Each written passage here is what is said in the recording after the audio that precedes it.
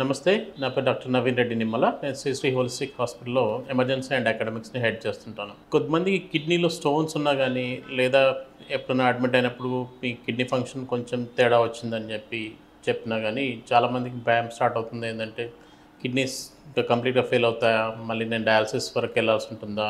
ఇలాంటివి.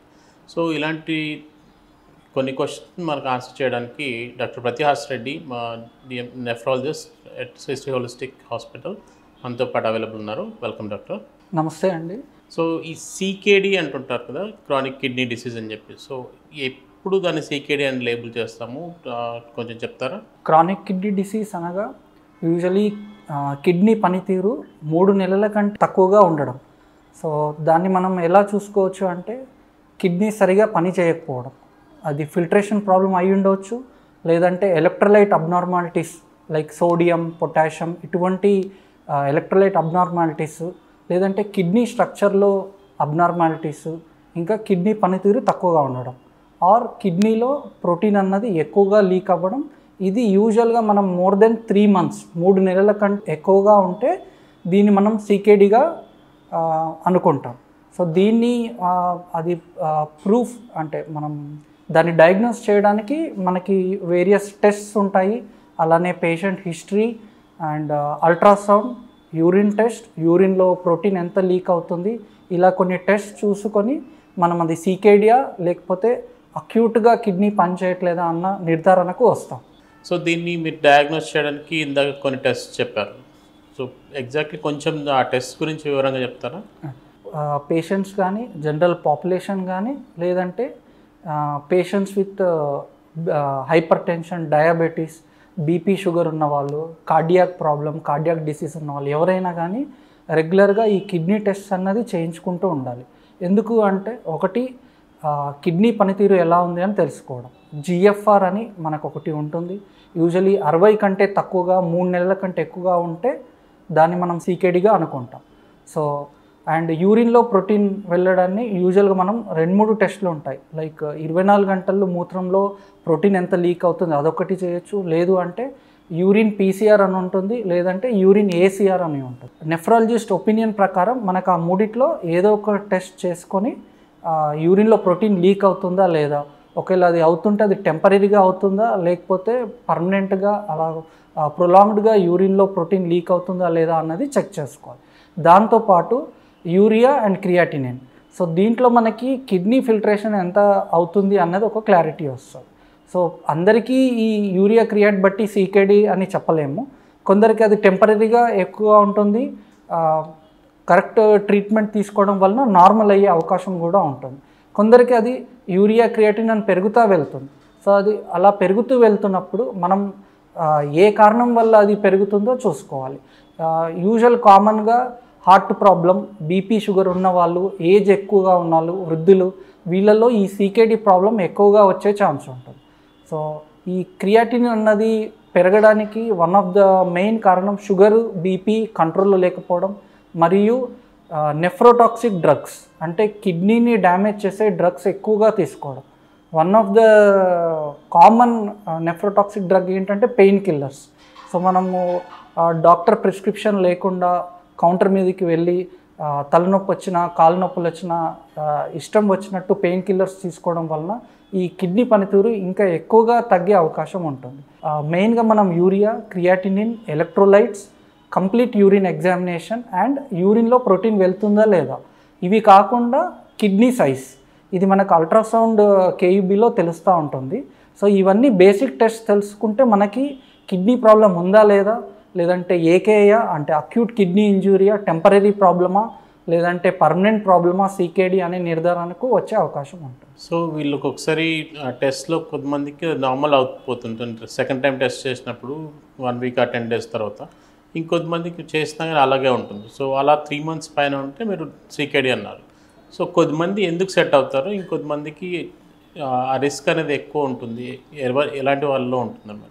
సో ఇప్పుడు మనం కిడ్నీ ప్రాబ్లం అనగానే ఐదర్ అక్యూట్ కిడ్నీ ఇంజురీ అనుకోవచ్చు, అంటే టెంపరీగా వచ్చిన ప్రాబ్లం అయి ఉండొచ్చు, లేదంటే ముందు నుంచే ఉన్న ప్రాబ్లం ఇప్పుడు కొత్తగా మనం టెస్ట్ల ద్వారా కనిపెట్టి ఉండవచ్చు. సో దీన్ని మనం కన్ఫర్మ్ చేసుకోవడానికి అట్లీస్ట్ 3 నెలల టైం పడుతుంది. సో అంతలోపు ఒకవేళ కిడ్నీ బ్యాక్ టు నార్మల్ వెళ్ళింది అంటే కిడ్నీ టెస్ట్ కిడ్నీ పనితీరు ముందులాగా నార్మల్గా అయితే దాన్ని అక్యూట్ కిడ్నీ ఇంజురీ అంటాం. సో యూజువల్గా అది 2 వారాలు లేదంటే 3 వారాలు 1 నెలలోపు కిడ్నీ దానంతకు అది రిపేర్ అయ్యి ఇంప్రూవ్ అయ్యే అవకాశం ఉంటుంది. కొందరిలో ముందు నుంచే ప్రాబ్లం ఉంటే అది మనకి 3 మంత్స్ అయినా 4 మంత్స్ అయినా 6 మంత్స్ అయినా తగ్గకపోవడం అన్నది జరుగుతూ ఉంటుంది. ఒకవేళ కంప్లీట్గా రికవరీ అవుతే ముందు కిడ్నీ ప్రాబ్లం రాకుండా కిడ్నీ ఇంజురీ అవ్వకుండా జాగ్రత్తలన్నీ పాటించవలసి ఉంటుంది. లైక్ నెఫ్రోటాక్సిక్ డ్రగ్స్కి దూరంగా ఉండడము, బీపీ షుగర్ కంట్రోల్లో పెట్టుకోవడము, కార్డియాక్ ఫంక్షన్ కరెక్ట్గా ఉందా లేదా చూసుకోవడం, అండ్ తగినంతగా వాటర్ సాల్ట్ తీసుకోవడం. ఎక్కువ సాల్ట్ తీసుకున్నా శరీరంలో వాపు వచ్చి బీపీ హెచ్చు తగ్గులయ్యి కిడ్నీ డ్యామేజ్ అయ్యే అవకాశం ఉంటుంది. సో మనం acute kidney injury chronic kidney disease అని తెలుసుకున్నాక వన్స్ సీకేడి మనకు 3 మంత్స్ కంటే ఎక్కువగా ఉంటుంది, క్రియాటిన్ అన్నది ఇంప్రూవ్ అవ్వట్లేదు, అలానే యూరిన్లో బ్లడ్ కానీ ప్రోటీన్ కానీ లీక్ అవుతూ ఉంటుందంటే క్రానిక్ కిడ్నీ డిసీజ్ ఎందుకు ఉందో తెలుసుకోవడానికి ఫస్ట్ అల్ట్రాసౌండ్ అయ్యాక ఒకవేళ దాంట్లో మనకి సైజ్ గనక నార్మల్గా ఉంటే మనకి ఒక్కోసారి బయాప్సీ అనే టెస్ట్ అవసరం పడుతూ ఉంటుంది. అంటే కిడ్నీ ఎందుకు డ్యామేజ్ అయింది, ఎంత డ్యామేజ్ అయింది, అండ్ ప్రోగ్నోసిస్ ఏంటి, అంటే ముందు ఎలా ఉండబోతుంది అని తెలుసుకోవడానికి ఇన్వేసివ్ టెస్ట్ బయాప్సీ లాంటిది అవసరం పడుతూ ఉంటుంది. అండ్ మనకి దీనివల్ల మనకు ఫర్దర్గా కిడ్నీ ప్రాబ్లం ప్రోగ్రెస్ అవ్వకుండా మెయింటైన్ అవ్వడానికి హెల్ప్ చేసుకోవడానికి మనకు ఉపయోగపడుతూ ఉంటుంది. జనరల్ మెజర్స్ ఒకవేళ సీకేడి వాళ్ళకు వచ్చేసింది అన్నప్పుడు వాళ్ళు ఎలాంటి మెజర్స్ తీసుకోవాలి ఇంకా డ్యామేజ్ ఇంకా ఎక్కువ కాకుండా? ఫస్ట్ ఎప్పుడైతే మనకి అక్యూట్ కిడ్నీ ఇంజురీ పనితీరు అని అర్థమైందో మనం దాన్ని అక్యూట్ కిడ్నీ ఇంజురియా సీకేడియా అని నెఫ్రాలజిస్ట్ హెల్ప్ తీసుకొని డయాగ్నోసిస్ వచ్చాక సపోజ్ అక్యూట్ కిడ్నీ ఇంజురీ ఉందనుకోండి, అందులో 20 నుంచి 30% వరకు సీకేడీకి వెళ్ళే అవకాశాలు చాలా ఎక్కువగా ఉంటాయి. సో అటువంటి వారు సీకేడీకి వెళ్లకుండా తీసుకోవాల్సిన జనరల్ మెషర్స్ ఏంటి అంటే, ఒకటి డైట్, వాటర్ తగినంతగా తీసుకోవడం, శరీరంలో వాపులు ముఖం వాపు ఇటువంటివి ఏమన్నా వస్తున్నాయా లేదా అబ్జర్వ్ చేస్తూ అటువంటి లక్షణాలు ఏమన్నా ఉంటే వెంటనే డాక్టర్కి చెప్పడం. 2 మూత్రం కరెక్ట్గా వస్తుందా లేదా, రోజుకి 24 గంటల్లో ఏమైనా తక్కువగా రావడం లేదంటే మూత్రం మరీ ఎక్కువగా రావడం లేదంటే రాత్రిపూట మూత్రం పోయడానికి ఎక్కువగా మెలుకోవటం. సో ఇటువంటి లక్షణాలు ఏమన్నా ఉంటే వెంటనే నెఫ్రాలజిస్ట్కి సంప్రదించగలరు. ఇది కాకుండా మనకి సీకేడీకి ప్రోగ్రెస్ కాకుండా మెయిన్గా BP sugar and cardiac function జాగ్రత్తగా పెట్టుకోవాలి. 2 nephrotoxic drugs like pain killers, చెట్ల మందులు, హర్బల్ మెడిసిన్స్ ఇటువంటివి వాడకుండా ఉంటే మనకి కిడ్నీ ఫంక్షన్ అన్నది మెయింటైన్ అవుతూ ఉంటుంది. ఇంతకుముందు ఏదైనా ఇంజురీ అయినా కూడా అది మళ్ళీ నార్మల్గా అయ్యే అవకాశం ఉంది. చాలామంది తెలియక పెయిన్ కిల్లర్స్ ఏదంటే అవి వేరే మందులు వాడడము, ప్రిస్క్రిప్షన్ లేని మందులు వాడడము, హర్బల్ మెడిసిన్స్ ఇవన్నీ వాడడం వలన కిడ్నీ పనితీరు ఇంకా తగ్గే అవకాశం. అండ్ వన్స్ సీకేడీ అని మనకి నిర్ధారణకు వచ్చాక various test either urine test కానీ అల్ట్రాసౌండ్ కానీ బ్లడ్ టెస్ట్ కానీ మనకి సీకేడీ అని కన్ఫర్మ్ అయ్యాక దెన్ మన నెక్స్ట్ టార్గెట్ ఏంటి అంటే ఏదైతే కిడ్నీ పని చేస్తుందో దాన్ని జాగ్రత్తగా కాపాడుకోవడం. అది 20% అవ్వచ్చు, 30% అవ్వచ్చు, 50% అవ్వచ్చు. సో దాన్ని మెయిన్గా మనం ఆ కిడ్నీ పనితీరుని ఎలా కాపాడుకుంటాం, ఒకటి సేమ్ ఇంతకుముందు చెప్పినట్టే బీపీ షుగర్ కంట్రోల్లో ఉండాలి, అలాగే కిడ్నీని హాని చేసే ఎటువంటి డ్రగ్స్ వాడకూడదు. నెక్స్ట్ ఇది కాకుండా యూరిన్లో ప్రోటీన్ లీక్ అన్నది రెగ్యులర్గా చెక్ చేస్తూ ఉండాలి. ఏదైతే మనం యూరిన్లో ప్రోటీన్ సీకేడీ వచ్చాక యూరిన్లో ప్రోటీన్ ఎక్కువగా లీక్ అవుతూ ఉంటే దాన్ని కంట్రోల్ చేయలేకపోతే సీకేడీ నుంచి డయాలసిస్లోకి వెళ్ళే ప్రమాదం ఉంటుంది. సో రెగ్యులర్గా నెఫ్రాలజిస్ట్ని సంప్రదించి యూరిన్లో ప్రోటీన్ లీక్ అయ్యే టెస్ట్స్ ఉంటాయి, యూరిన్ పీసీఆర్, యూరిన్ ఏసీఆర్, లేదంటే 24 గంటలు మూత్రం పట్టి టెస్ట్ చేస్తారు. సో ఇవి రెగ్యులర్గా చూస్తూ ఆ ప్రోటీన్ లీక్ అవ్వడాన్ని తగ్గించగలిగితే మనకి డయాలసిస్లోకి వెళ్ళే ఛాన్సెస్ తగ్గుతూ ఉంటాయి. సో ఈ సీకేడీ వచ్చిన ప్రతి పేషెంట్ డయాలసిస్ చేయాల్సిన అవసరం లేదంటారు. సో ఎవరిలో ఈ డయాలసిస్ అనేది అవసరం అవుతుంది అండ్ అసలు డయాలసిస్ పద్ధతిలో ఏం చేస్తూ ఉంటారు ఆ ప్రొసీజర్లో? ప్రతి సీకేడీ పేషెంట్లో డయాలసిస్ అవసరం ఉండదు ఇనీషియల్గా. సో ఆ కిడ్నీ ఫంక్షన్ అన్నది మనం మెయింటైన్ చేసుకోగలిగితే చాలా సంవత్సరాలు మనం మందుల మీద నడిపించవచ్చు. ఒకసారి కిడ్నీ ఫంక్షన్ కంప్లీట్గా డ్యామేజ్ అయ్యి ఇంకా డయాలసిస్ స్టేజ్కి వెళ్ళినప్పుడు అప్పుడు డయాలసిస్ అంటే బేసిక్గా మన బ్లడ్లో ఉండే చెడు పదార్థాలను క్లీన్ చేసే ప్రక్రియ. సో సో దీనికి ఏం చేస్తారు అంటే ఇక్కడ మెడలో ఒక పైపు కానీ వేస్తారు, లేదంటే చేతికి ఫిష్లా ఆపరేషన్. సో ఫిష్లా చేసి ఈ 2 పద్ధతుల ద్వారా రక్తం అన్నది మెషిన్లోకి వెళ్ళి అక్కడ బ్లడ్ అన్నది క్లీన్ అవుతూ ఉంటుంది. సో ఇక్కడ బ్లడ్లో ఉండే వేస్ట్ మెటీరియల్ అంతా మెషిన్లో క్లీన్ చేస్తూ ఉంటాం. ఒకరొకరి అవసరం బట్టి అది వారానికి 2 సార్లు లేదా 3 సార్లు లేదంటే ఇంకెక్కువ సార్లు అవసరం పడుతూ ఉంటుంది. సో ఈ డయాలసిస్లో కూడా చాలా పద్ధతులు ఉంటాయి. లైక్ హీమోడయాలసిస్తో సెట్ అవ్వని వాళ్ళకు నెక్స్ట్ లెవెల్ ఆఫ్ డయాలసిస్ హీమోడయాఫిల్ట్రేషన్, ఇంకా బెటర్గా ఆ వేస్ట్ మెటీరియల్స్ని క్లియర్ చేసే పద్ధతి ఉంటుంది. కొందరికి డయాలసిస్ చేయడానికి బీపీ మెయింటైన్ అవ్వకపోవచ్చు, అటువంటి వాళ్ళల్లో ఇంకా స్పెషల్ డయాలసిస్ అంటే ఇంకా మెల్లగా ఇంకా ఎక్కువగా కాలం చేసేటట్టుగా సిఆర్ఆర్టీ అంటాం, కంటిన్యూస్ రీనల్ రీప్లేస్మెంట్ థెరపీ. అది కూడా అవసరం పడుతుండొచ్చు కొంతమంది పేషెంట్స్కి. సో ఈ డయాలసిస్ అనే పదం వింటుండే చాలామంది భయపడుతుంటారు. ఫర్ ఎగ్జాంపుల్ ఐసీయూలో ఉన్న పేషెంట్స్ కొంతమందికి మనం టెంపరీగా డయాలసిస్ సజెస్ట్ చేస్తూ ఉంటాం. సో వాళ్ళు ఏమనుకుంటారంటే డయాలసిస్ ఒకసారి స్టార్ట్ చేస్తే ఇంకా అది కంటిన్యూస్గా ఉంటుంటుందని చెప్పి. సో దాంట్లో నిజం ఎంత అంటే ఒకసారి డయాలసిస్ స్టార్ట్ చేస్తే ఇంకా లైఫ్ లాంగ్ చేయాల్సిందేనా? సో ఇప్పుడు మనం చాలా వరకు ఐసీయూలో పేషెంట్స్కి డయాలసిస్ అవసరం పడుతూ ఉంటుంది. ఇంతకుముందు మాట్లాడుకున్నట్టు అక్యూట్ కిడ్నీ ఇంజరీ అయ్యి ఉండొచ్చు, క్రానిక్ కిడ్నీ డిసీజ్ అయ్యి ఉండొచ్చు. సో ఈ ఇద్దరు పేషెంట్స్లో మనం డయాలసిస్ అవసరం అనుకొని స్టార్ట్ చేశాక ఏదైతే అక్యూట్ కిడ్నీ ఇంజరీ పేషెంట్స్ అనుకుంటామో అంటే టెంపరీగా కిడ్నీ ఫంక్షన్ చాలా డ్యామేజ్ అయిన వాళ్ళల్లో ఒక 70 to 80% కంప్లీట్ రికవర్ అయ్యే అవకాశం ఉంటుంది. దాంట్లో 20 to 30% మాత్రమే సీకేడీలోకి వెళ్ళే అవకాశం ఉంటుంది. డయాలసిస్ స్టార్ట్ చేయంగానే ఇంకా జీవితాంతం డయాలసిస్ అవసరము అనే భ్రమలోంచి మనం బయటికి రావాలి. అది టెంపరీ డయాలసిస్ అయ్యి ఉండొచ్చు, లేదంటే 2-3 వారాలు అవసరం పడుతుండొచ్చు, లేదంటే 1 నెల తర్వాత రికవర్ అయ్యే ఛాన్స్ ఉంటుంది. అది మోస్ట్లీ అక్యూట్ కిడ్నీ ఇంజరీ అంటే టెంపరీగా కిడ్నీస్ ఖరాబ్ అయిన వాళ్ళలో అటువంటి రికవరీ ఛాన్స్ ఉంటుంది.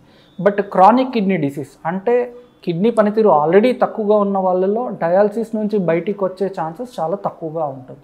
వాళ్ళలో 70 to 80% మనం ఫ్యూచర్లో డయాలసిస్లోకి వెళ్ళే ఛాన్సెస్ ఉంటాయి. సో అక్యూట్ కిడ్నీ ఇంజరీలో ఖచ్చితంగా మనం జీవితాంతం డయాలసిస్ అవసరం అని చెప్పలేము. నెఫ్రాలజిస్ట్ అన్నవారు డైలీ మూత్రం ఎంత వస్తుంది, ఎలక్ట్రోలైట్స్ ఇవన్నీ చూసుకొని డయాలసిస్ అవసరమా లేదా అన్నద నిర్ధారణకు వస్తారు. సో ఈ సీకేడీ పేషెంట్స్ అంటే క్రానిక్ కిడ్నీ డిసీజ్ ఉన్న పేషెంట్స్గా మీరు డయాగ్నోజ్ అయిపోయింది పేషెంట్, వాళ్ళు డయాలసిస్ స్టేజ్కి వెళ్ళకుండా ఎంతవరకు ప్రొలాంగ్ చేయగలిగితే అంతవరకు చేద్దాం అన్నట్టుగానే ఉంటుంది అందరికీ. సో అలా డయాలసిస్ని డిలే చేయడానికి ఎలాంటి టిప్స్ చెప్తారు? మెయిన్గా ఒకటి ఇంతకుముందు మనం మాట్లాడుకున్నట్టు మన దేశంలో ఎక్కువగా ఈ డయాబెటీస్ వల్ల క్రానిక్ కిడ్నీ డిసీజ్ ప్రాబ్లం చాలా పెరుగుతూ ఉంది. సో అటువంటి వాళ్ళు or BP patients or cardiac patients కామన్గా అండ్ వృద్ధులు. సో వీళ్ళు జనరల్గా పాటించవలసింది షుగర్ బీపీ కంట్రోల్లో పెట్టుకోవడం, యూరిన్లో ప్రోటీన్ లీక్ అవుతుందా లేదా చూసుకోవడం, 3 ఎటువంటి ఇన్ఫెక్షన్స్ రాకుండా చూసుకోవడం. అంటే ఏదైనా ఫీవర్ కానీ మూత్రం ఇన్ఫెక్షన్ కానీ స్కిన్లో ఏదైనా ఇన్ఫెక్షన్ ఉంటే ఇమ్మీడియట్గా డాక్టర్ని కలిసి ఆ ఇన్ఫెక్షన్ కంట్రోల్ పెట్టుకోవడం.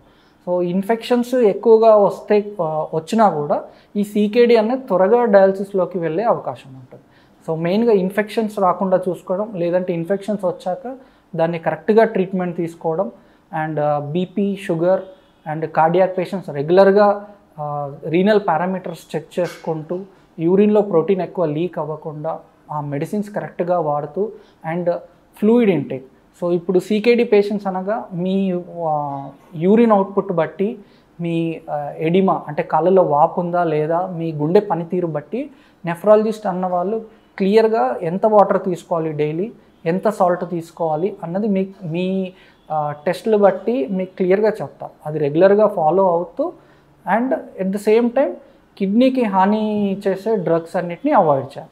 సో ఇదంతా రెగ్యులర్గా మీరు ఫాలో అవుతూ ఉంటే చాలా వరకు మనము మందుల మీద డయాలసిస్ లేకుండా లేట్ స్టేజెస్ వరకు అంటే 60 years 65 years వచ్చే వరకు కూడా మనము మందుల మీద నడిపేయడానికి చాలా అవకాశం ఉంటుంది. సో వన్స్ డయాలసిస్ స్టార్ట్ అయిన తర్వాత వీళ్ళు ఎలాంటి డైట్ మీద ఉండాలి? సో అన్నీ తినొచ్చా? దాంట్లో ఏమైనా రెస్ట్రిక్షన్స్ ఏమైనా ఉన్నాయట? ఇంతకుముందు మాట్లాడుకున్నట్టు క్రానిక్ కిడ్నీ డిసీజ్ పేషెంట్స్ అంటే ఇంకా డయాలసిస్ మీదకి వెళ్ళని వాళ్ళు సో అది డయాలసిస్ డిలే చేయడానికి వన్ ఆఫ్ ద టెక్నిక్ ఏంటి అంటే డైటరీ రిస్ట్రిక్షన్స్. లైక్ అంటే ఇప్పుడు ప్రోటీన్ అన్నది మనం 0.6 to 0.8 గ్రామ్స్ పర్ కేజీ తీసుకోవచ్చు. ఎప్పుడు పేషెంట్ డయాలసిస్ మీద లేనప్పుడు ప్రోటీన్ అన్నది కొద్దిగా రెస్ట్రిక్ట్ చేయాలి, మరీ ఎక్కువ కాదు. లైక్ వాళ్ళ వెయిట్ బట్టి 0.6 to 0.8 grams per KG dialysis మీద లేనప్పుడు తీసుకోవచ్చు. బట్ వన్స్ పేషెంట్ డయాలసిస్ మీద వెళ్ళాక ప్రోటీన్ క్వాంటిటీ పెంచాల్సి ఉంటుంది. Like more than 1.2 to 1.4 grams per KG వరకు తీసుకోవాల్సి ఉంటుంది. సో ఈ ప్రోటీన్ రిస్ట్రిక్షన్ వల్ల కూడా మనం కొంచెం డయాలసిస్ని డిలే చేసే అవకాశం ఉంటుంది. అది ఎంత అంటే కరెక్ట్ మీ వెయిట్ బట్టి ఎంత ప్రోటీన్ తీసుకోవచ్చు పర్ డే అన్నది నెఫ్రాలజిస్ట్ క్లియర్గా చెప్పగలుగుతారు. లైక్ అండ్ ఇది కాకుండా మనము డయాలసిస్ మీద లేని వాళ్ళు, డయాలసిస్ మీద ఉన్న వాళ్ళు ఒక ప్రాబ్లం ఏముంటుంది అంటే పొటాషియం. యూజువలీ ఈ క్రానిక్ కిడ్నీ డిసీజ్ పేషెంట్స్లో పొటాషియం అన్నది వేరీ అవుతూ ఉంటుంది. సో హై పొటాషియం అయ్యే ఛాన్సెస్ ఉంటాయి. సో ఈ క్రానిక్ కిడ్నీ డిసీజ్ పేషెంట్స్ వాళ్ళు ఈ పొటాషియం ఉన్న ఫుడ్ ఏదైతే ఉంటుందో అది చాలా జాగ్రత్తగా చూసుకోవాల్సి ఉంటుంది.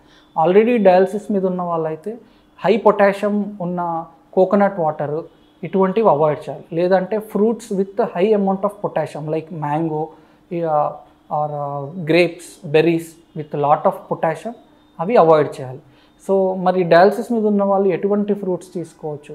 పొటాషియం తక్కువగా ఉన్నది, సో చాలా జాగ్రత్తగా తీసుకోవాలి. లైక్ యాపిల్, పైనాపిల్, పపాయ, దానిమ్మ, జామ ఇటువంటి ఫ్రూట్స్ డయాలసిస్ మీద ఉన్న వాళ్ళు తీసుకోవచ్చు. డయాలసిస్ మీద లేని వాళ్ళు కూడా పొటాషియంని మానిటర్ చేస్తూ వేరే ఫ్రూట్స్ కూడా తీసుకోవచ్చు. బట్ రెగ్యులర్గా పొటాషియం అన్నది చెక్ చేసుకుంటూ ఉండాలి. మెయిన్గా డయాలసిస్ మీద ఉన్న వాళ్ళు పొటాషియం ఎక్కువగా ఉండే ఫుడ్స్ లైక్ డ్రై ఫ్రూట్స్ ఇటువంటివి అవాయిడ్ చేయాలి. And vegetables like tomato, broccoli ఇటువంటి వాటిల్లో కూడా పొటాషియం ఎక్కువగా ఉంటే ఛాన్స్ ఉంటుంది. సో అటువంటి వాళ్ళు వాటిని వేడి చేసి ఆ వాటర్ని క్లియర్ చేసి అప్పుడు కుకింగ్ చేసుకుంటే పొటాషియం అన్నది మెయింటైన్ అయ్యే ఛాన్స్ ఉంటుంది. సో ఇప్పుడు హెల్తీగా ఉన్న పాపులేషన్ అంటే కొద్దిమందికి సింపుల్ డయాబెటీస్, హైపర్టెన్షన్ లాంటివి ఉంటాయి, but otherwise they are healthy. So అలాంటి పేషెంట్స్ వాళ్ళ కిడ్నీ డ్యామేజ్ అవుతుందా లేదా అన్నది వాళ్ళకి ఇమీడియట్ తెలియదు. సో కంటిన్యూస్గా వాళ్ళకి ఆ స్టేటస్ తెలుసుకోవాలంటే ఎలా మానిటర్ చేసుకోవచ్చు వాళ్ళు? ఈ hyper tension and diabetes and cardiac patients మరీ ముఖ్యంగా ఫస్ట్ బేస్ లైన్ మనం urea, creatinine, complete urine examination and ultrasound, kidney size. So ఇవి ఫస్ట్ మినిమం బేసిక్గా చేసుకోవాల్సిన పరీక్షలు. దీని తర్వాత యూరిన్లో ప్రోటీన్ లీక్ అవుతుందా లేదా అన్న యూరిన్ పరీక్షలు చేసుకోవాలి. సో ఇవి చేసుకొని ఇవి నార్మల్గా ఉంటే 1 yearకి ఒకసారి ఆర్ 1.5 year 2 yearsకి ఒకసారి మళ్ళీ రిపీట్ చేసుకొని అది మానిటర్ చేస్తూ ఉండాలి. ఎందుకంటే స్టార్టింగ్ స్టేజెస్లో నార్మల్ ఉన్న బీపీ, షుగర్ ఒక్కోసారి కంట్రోల్లో ఉన్న సీకేడీ వచ్చే ఛాన్సెస్ ఎక్కువగా ఉంటాయి బికాస్ ఆఫ్ జీన్స్. కొందరికి డయాబెటిక్ కిడ్నీ డిసీజ్ అంటే షుగర్ వల్ల కిడ్నీ ఎఫెక్ట్ అయ్యే ఫ్యామిలీస్లో వాళ్ళ పిల్లల్లో కూడా షుగర్ కంట్రోల్లో ఉన్న కిడ్నీ రోగం వచ్చే ఛాన్సెస్ ఎక్కువగా ఉంటుంది. సో అటువంటి వాళ్ళు ఎవ్రీ 6 months 6 నెలలకు ఒకసారి ఈ టెస్ట్ చేయించుకుంటూ ఉండాలి. ఆల్రెడీ సీకేడీ ఉన్న వాళ్ళు మంత్లీ ఆర్ 3 monthsకి ఒకసారి ఈ టెస్ట్ చేయిస్తూ ఉండాలి. సో ఎట్ రిస్క్ పాపులేషన్ అంటే ఎవరికైతే ఇలాంటి కిడ్నీ ఫెయిల్ అయ్యే ఛాన్స్ ఉంది అనే వాళ్ళు అట్లీస్ట్ 3 to 6 monthsకి ఒకసారి అలాగా రిపీట్ చేసుకుంటూ ఉంటే బ్లడ్ టెస్ట్ కానీ ఐడియా వచ్చే ఛాన్స్ ఉంటుంది. అండ్ ఈ డయాలసిస్ అనేది కొంచెం time consuming and weekly 3 times 2 times అలా చేయమంటుంటారు. సో ప్రతిసారి కాస్ట్ అనేది వస్తుంది. సో ఈ కాస్ట్ తక్కువగా ఉన్న ఆల్టర్నేటివ్స్ ఏమున్నాయి అంటే తక్కువ రేట్లో డయాలసిస్ చేసే ప్లేసెస్ ఏమైనా ఉన్నాయా హైదరాబాద్లో? ఇప్పుడు మనకి డయాలసిస్ అన్నది అందరికీ అందుబాటులో రావడానికి చాలా హాస్పిటల్స్లో స్టార్ట్ అవుతూ ఉంది. బట్ మన దగ్గర ఏంటి అంటే స్పెసిఫిక్గా మనకు పేషెంట్ ఈ క్రానిక్ కిడ్నీ డిసీజ్ పేషెంట్స్ అన్నది వాళ్ళు ఫైనాన్షియల్గా చాలా ఇబ్బంది పడుతూ ఉంటారు. ఎందుకంటే వాళ్ళకి ఒకసారి డయాలసిస్ స్టార్ట్ అయ్యి మీకు పర్మనెంట్ డయాలసిస్ అని చెప్పాక వారానికి 2 సార్లు కానీ 3 సార్లు కానీ డయాలసిస్ అవసరం పడుతూ ఉంటుంది. సో దీనికోసం డయాలసిస్ మెషిన్ దాని కాస్ట్ పడుతూ ఉంటుంది. మళ్ళీ ఆ మెటీరియల్ డయాలసిస్ కోసం వాడే ఫిల్టర్స్ అండ్ ఈ మెషిన్ అండ్ టెక్నీషియన్. సో ఈ కాస్ట్ అన్నది ఒక్కోసారి పేషెంట్కి బర్డెన్ అవుతూ ఉంటుంది. సో దీన్ని దృష్టిలో పెట్టుకొని ప్రస్తుతానికి మనం ట్రస్ట్ ప్యాకేజ్ అండ్ ఆరోగ్యశ్రీలో డయాలసిస్ చేస్తూ ఉన్నాం. ట్రస్ట్ ప్యాకేజ్ అంటే చాలా తక్కువ కాస్ట్లో మనకి మంత్లీ డయాలసిస్ అవుతూ ఉంటుంది. అండ్ ఆరోగ్యశ్రీ ఉన్న వాళ్ళకి అయితే మనకి ఆరోగ్యశ్రీ ప్యాకేజ్లోనే డయాలసిస్ మళ్ళీ రక్తం పెరగడానికి ఇంజెక్షన్స్ తీసుకుంటూ ఉంటాం. సో చాలా వరకు ఆ బర్డెన్ తగ్గించడానికి ప్రయత్నం అయితే విస్తృతంగా జరుగుతూ ఉన్నది. సో శ్రీ హోలిస్టిక్ హాస్పిటల్లో మీకు ట్రస్ట్ ప్యాకేజ్ అండ్ ఆరోగ్యశ్రీ ఉన్నాయి. డయాలసిస్ ఇన్ కేస్ ఎవరికైనా యూసేజ్ అవసరం ఉంది అనుకుంటే. ఇందాక మీరు రక్తం గురించి ఇంజెక్షన్ ఏదో చెప్పారు ఈ కిడ్నీ డిసీజ్ పేషెంట్స్ గురించి. సో అది ఎందుకు ఇవ్వాలి, దాని గురించి చెప్తారా? సో ఈ డయాలసిస్ పేషెంట్స్లో ముఖ్యంగా కొన్ని ప్రాబ్లమ్స్ ఉంటాయి. ఒకటి రక్తం తక్కువగా ఉండడం, అంటే ఈ కిడ్నీ పనితీరు తగ్గడం వలన రక్తానికి అవసరమైన హార్మోన్స్ అన్నది బాడీలో సరిగా ఉత్పత్తి అవ్వకపోవడం వలన హీమోగ్లోబిన్ అన్నది తగ్గుతూ ఉంటుంది. నెక్స్ట్ కార్డియాక్ ఫంక్షన్ తగ్గుతూ ఉంటుంది. 3 బోన్స్. సో ఈ డయాలసిస్ పేషెంట్స్లో బ్లడ్ కానీ బోన్స్ కానీ అండ్ హార్ట్ కానీ రెగ్యులర్గా చెక్ చేస్తూ ఉండాలి. సో వీళ్ళలో బోన్స్ కూడా వీక్ అయ్యే ఛాన్సెస్ చాలా ఎక్కువగా ఉంటాయి. సో వీళ్ళకి కాల్షియం కానీ వైటమిన్ డి కానీ అవసరం పడే అవకాశం ఉంటుంది. అలానే బ్లడ్ పెరగడానికి ఇంజెక్షన్స్ ఆల్మోస్ట్ డయాలసిస్ పేషెంట్లో వారానికి ఒకసారి కానీ 2 వారాలకు ఒకసారి కానీ ఐరన్ ఇంజెక్షన్స్ లేదంటే బ్లడ్ పెరగడానికి ఇంజెక్షన్స్ అవసరం పడుతూ ఉంటాయి. సో ఇది కూడా వాళ్ళ బర్డెన్ అంటే ఫైనాన్షియల్ బర్డెన్ పెరగడానికి ఛాన్స్ ఉంటుంది. సో అది కూడా మనము చాలా తక్కువ కాస్ట్లో చేయడానికి చూస్తూ ఉన్నాం. ఆరోగ్యశ్రీలో కూడా ఆ ఇంజెక్షన్స్ ఇవ్వడానికి చూస్తూ ఉన్నాము. సో డయాలసిస్ అనేది ఎవరికి అవసరం ఉంటుంది అండ్ స్టార్ట్ అయిన తర్వాత ఎలాంటి జాగ్రత్తలు తీసుకోవాలి అండ్ ఆ స్టేజ్కి ప్రోగ్రెస్ అవ్వకుండా ఏం చేయొచ్చు అనేది అండ్ ఎలాంటి మానిటరింగ్ చేయాలి, ఇలాంటి వాటి గురించి అన్నిటి గురించి మాతో డిస్కస్ చేసి మమ్మల్ని ఎడ్యుకేట్ చేసినందుకు థ్యాంక్ యూ డాక్టర్ ప్రతిహాస్ గారు. Thank you sir.